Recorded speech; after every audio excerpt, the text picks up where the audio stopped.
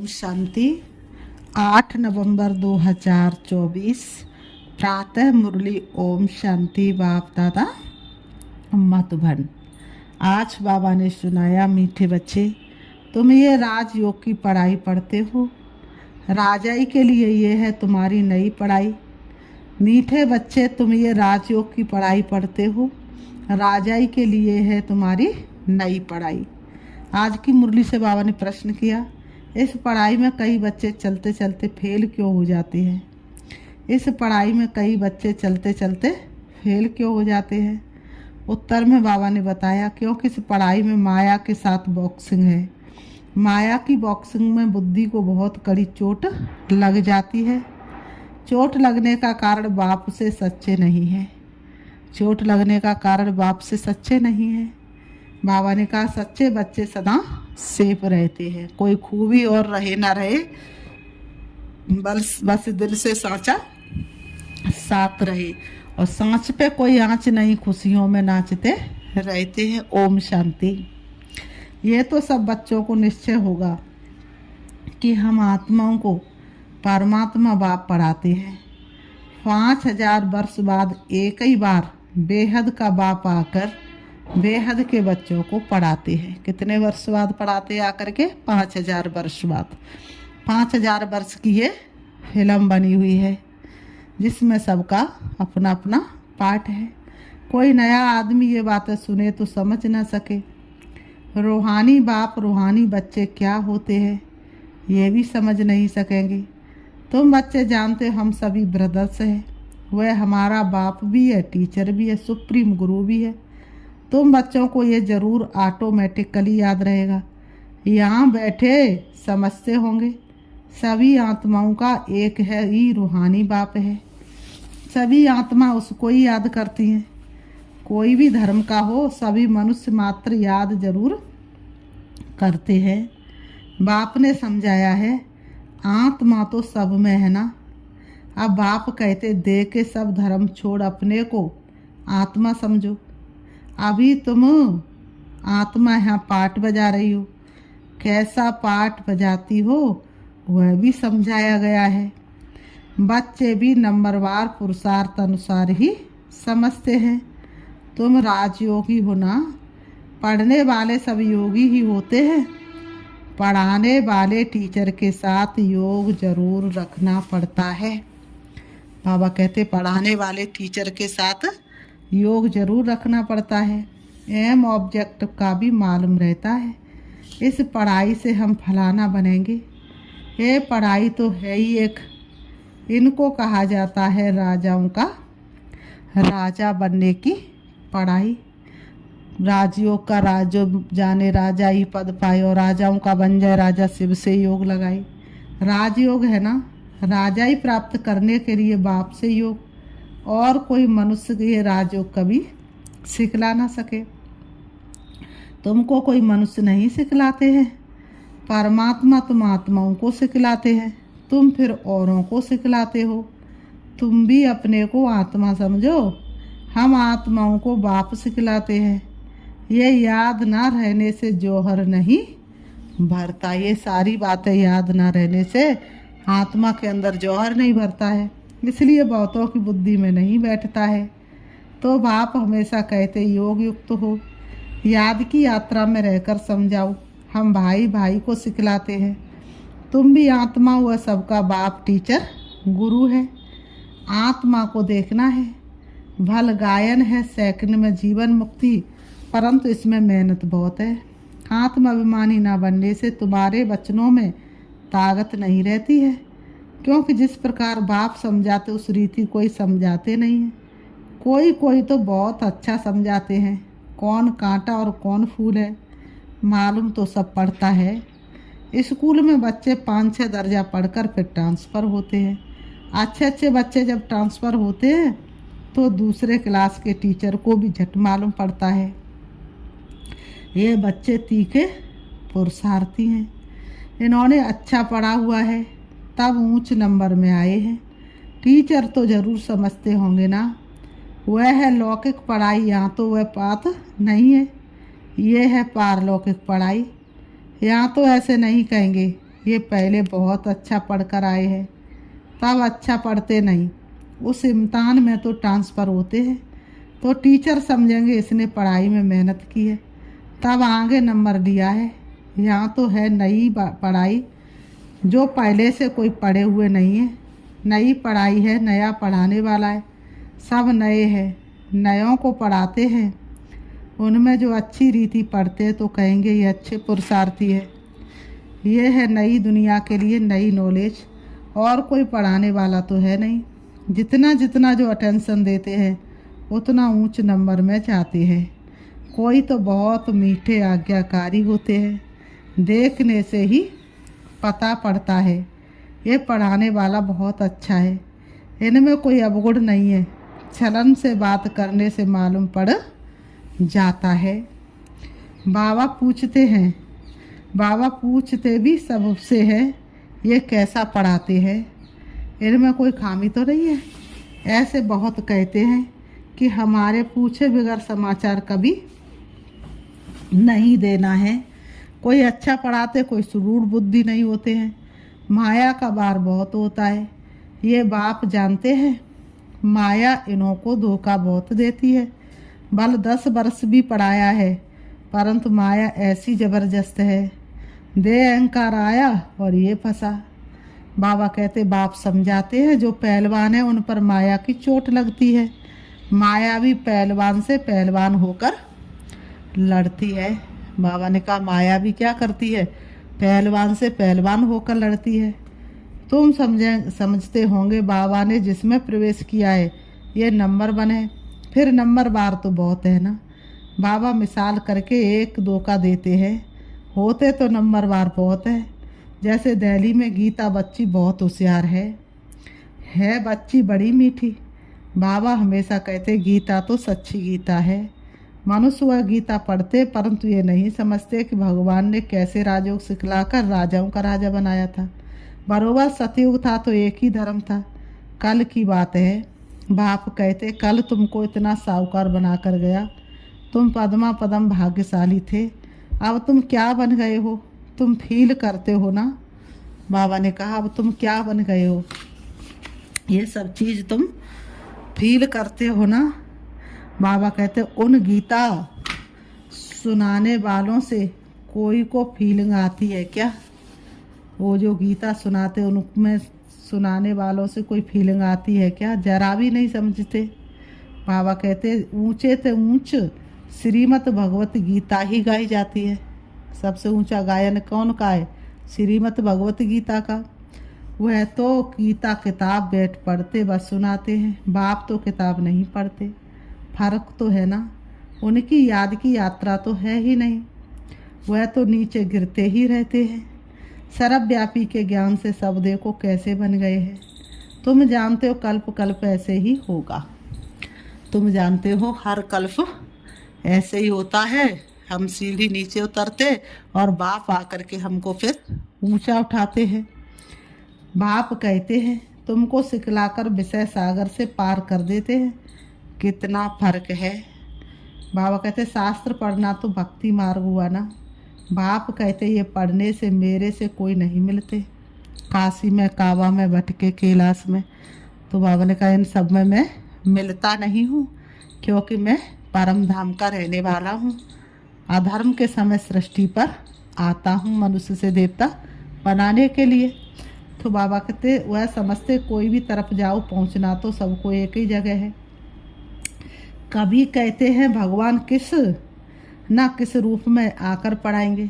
जब बाप को आकर पढ़ाना है तो फिर तुम क्या पढ़ाते हो? बाप समझाते गीता में आटे में नमक मिसल कोई राइट अक्षर है जिससे तुम पकड़ सकते हो। सतयुग में तो कोई भी शास्त्र आदि होते ही नहीं, ये है ही भक्ति मार्ग के शास्त्र। ऐसे नहीं कहेंगे कि ये अनादि है, शुरू से चले आते नहीं, अनादि का अर्थ नहीं समझते। बाप समझाते हैं ये तो ड्रामा अनादि बरोबर है। तुमको बाप राजयोग सिखलाते हैं। बाप कहते अभी तुमको सिखलाता हूँ, फिर गुम हो जाता है, फिर गुम हो जाता हूँ। तुम कहेंगे हमारा राज्य अनादि था। राज्य वही है, सिर्फ पावन से बदल पतित होने से नाम बदल जाता है। देवता के बदले हिंदू कहलाते हैं। है तो आदि सनातन देवी देवता धर्म के ना। जैसे दूसरे सतो प्रधान से सतो रजो में तमो में आते हैं, तुम भी ऐसे उतरते हो। रजो में आते हो तो अपवित्रता के कारण देवता के बदले हिंदू कहलाते हो, नहीं तो हिंदू हिंदुस्तान का नाम है। तुम असल में तो देवी देवता थे ना। देवता सदैव पावन होते हैं।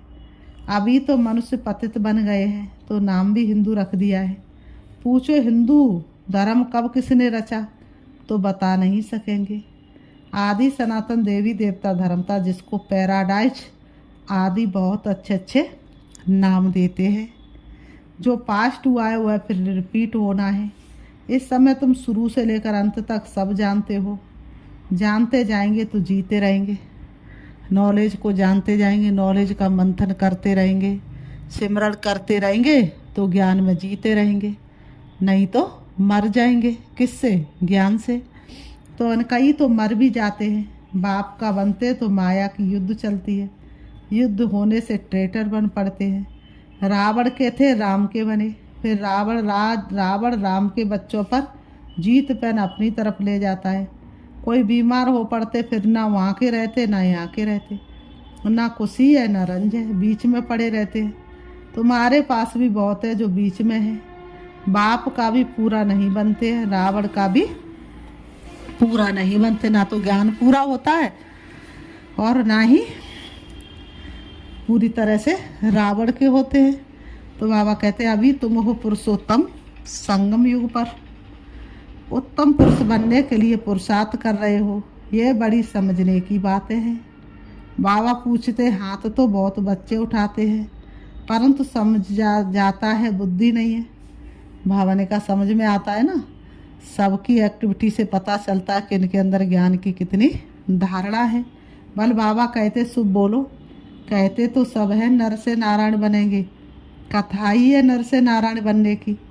अज्ञान काल में भी सत्यनारायण की कथा सुनते थे ना। वहाँ तो कोई पूछ नहीं सकते, ये तो बाप ही पूछते हैं। बाबा ने वहाँ तो कोई पूछने की दरकार ही नहीं, ना हाथ उठवाने की दरकार, ये बात तो बाप ही पूछते हैं। तुम क्या समझते इतनी हिम्मत है? तुम्हें पावन भी जरूर बनना है। कोई आते तो पूछा जाता इस जन्म में कोई पाप कर्म तो नहीं किए हैं? जन्म जन्मांतर के पापी तो हो ही। इस जन्म के पाप बता दो तो हल्के हो जाएंगे। बाबा कहते इस जन्म के जो भी किए हुए पाप है वो बता दो तो हल्के हो जाएंगे, नहीं तो दिल अंदर खाता रहेगा। सच बतलाने से हल्के होंगे। कई बच्चे सच नहीं बताते तो माया एकदम जोर से गूंसा लगा देती है। तुम्हारी बड़ी कड़ी बॉक्सिंग है, उस बॉक्सिंग में तो शरीर को चोट लगती है, इसमें बुद्धि को बहुत चोट लगती है। ये बाबा भी जानते हैं। ये ब्रह्मा कहते हैं मैं बहुत जन्मों के अंत का हूँ, सबसे पावन था, अभी सबसे पतित हूँ, फिर पावन बनता हूँ। ऐसे तो नहीं कहता हूँ कि मैं महात्मा हूँ। बाप भी खातिरी देते हैं, ये सबसे जास्ती पतित है।